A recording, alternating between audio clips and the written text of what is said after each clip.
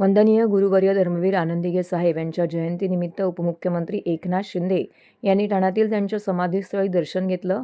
त्यांनी गुरुवर्य आनंदीगे यांना कृतज्ञता व्यक्त करत आनंदीगे साहेबांचे स्वप्न असणारा ठाणे महापालिकेवरील भगवा झेंडा कायम फडकवत ठेवण्याचं कार्य आपण पूर्ण करत आहोत, असं ठामपणे सांगितले. या प्रसंगी बोलताना उपमुख्यमंत्री शिंदे म्हणाले की आनंदीगे साहेब यांच्या जयंतीनिमित्त दरवर्षी समाजोपयोगी आणि लोकाभिमुख उपक्रम राबवले जातात. समाजकारण आणि लोकहित हेच त्यांच्या विचारांचं केंद्र होतं. त्यांच्या प्रेरणेने आणि आशीर्वादाने ठाणे महापालिकेवरती धर्मवीरांनी लावलेला भगवा यंदा अधिक तेजाने फडकत असून यापूर्वीचे सर्व विजयाचे विक्रम या निवडणुकीत मोडीत काढले गेले आहेत. ते पुढे म्हणाले की ठाणे जिल्हा हा शिवसेनेचा बालेकिल्ला आहे आणि तो कायम राखण्याचं काम आपण केलं आहे. कल्याण, डोंबिवली आणि उल्हासनगर महापालिकांवरही भगवा झेंडा फडकला आहे. संपूर्ण महाराष्ट्रात बाळासाहेब ठाकरे यांच्या विचारांवरती चालत शिवसेना पुढे जात आहे.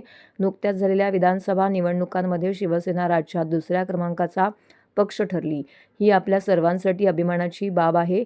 नगर परिषद आणि महापालिका निवडणुकांमध्येही शिवसेनेने दुसरा क्रमांक पटकावला आहे. त्यामुळे पक्षाची ताकद राज्यभर वाढताना दिसत आहे.